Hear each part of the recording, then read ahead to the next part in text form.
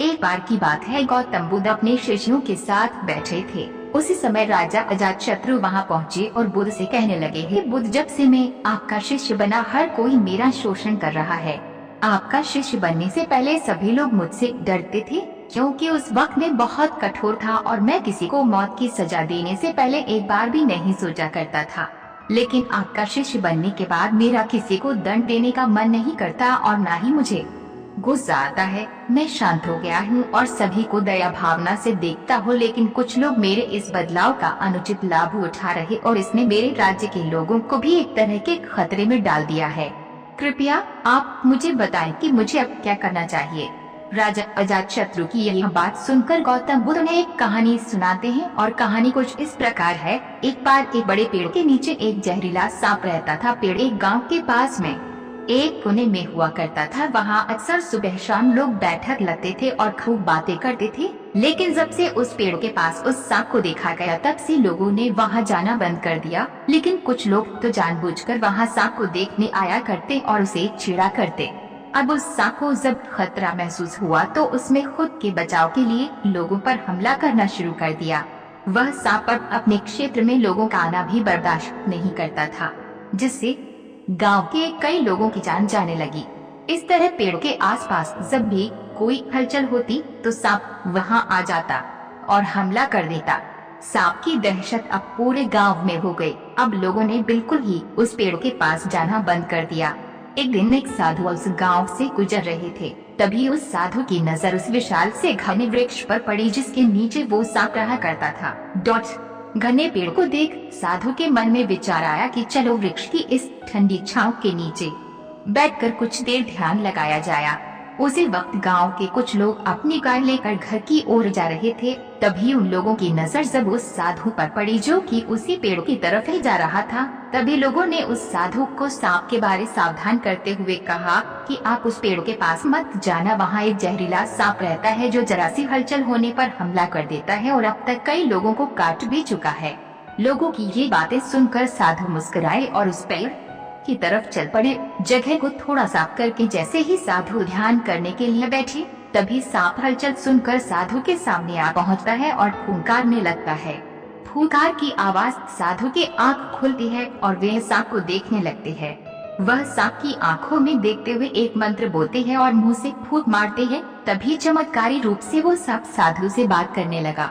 अब दोनों एक दूसरे की भाषा को समझ सकते थे। सांप साधु से कहता है, हे मनुष्य, क्या तुम मुझसे नहीं डरते? क्या तुम नहीं जानते ये मेरा क्षेत्र है और यहाँ आने की किसी की हिम्मत नहीं है? साधु ने करुणा से कहा है, मित्र, इसमें डरने की क्या बात है? मैं किसी चीज से नहीं डरता, क्योंकि जब मैं जिन्हें लोग ही नहीं डरता तो मृत्यु से क्या डर? सांप साधु की ये बातें सुनकर चौंक गया, क्योंकि सांप की इससे पहले ऐसे लोगों से मुलाकात हुई थी जो उसको मारना चाहते थे या उसके डर से भाग जाते थे, लेकिन वो ऐसे व्यक्ति से कभी नहीं मिला था जो उससे नहीं डरता। सांप साधु से इतना प्रभावित हुआ कि वे साधु के चरणों में पड़ गया और बोला, हे प्रभु, आप बिल्कुल सही कह रहे हैं। आज तक मैंने जो कुछ भी किया है अपनी जान बचाने के लिए किया है। अपने क्रोध के चलते ना जाने कितने निर्दोषों की जान भी ले ली। इसके बाद साधु सांप बहुत सी बातें समझाकर वहाँ से चला गया।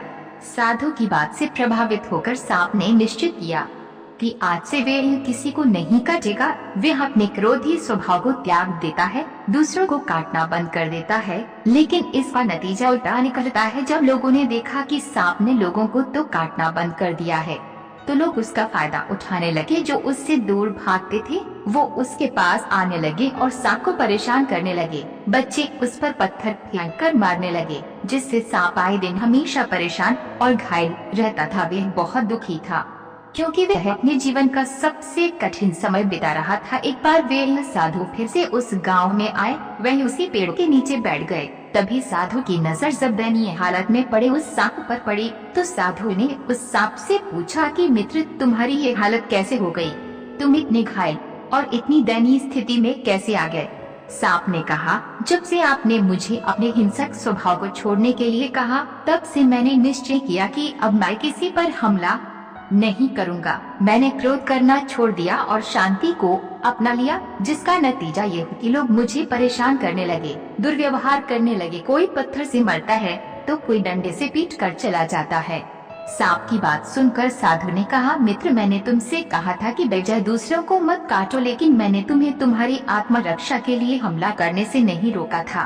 कहानी सुनाने के बाद बुद्ध ने राजा से कहा, हे राजन, तुमने भी मेरी बात गलत तरीके से अपनाया। मैंने आपसे अपने कर्तव्य को छोड़ने के लिए कहा था, किंतु आप अपने कर्तव्य से भी विमुख हो गए। आप एक राजा हैं, अतः पूर्ण रूप से साधु की तरह व्यवहार करना आपको खतरे में डाल सकता है।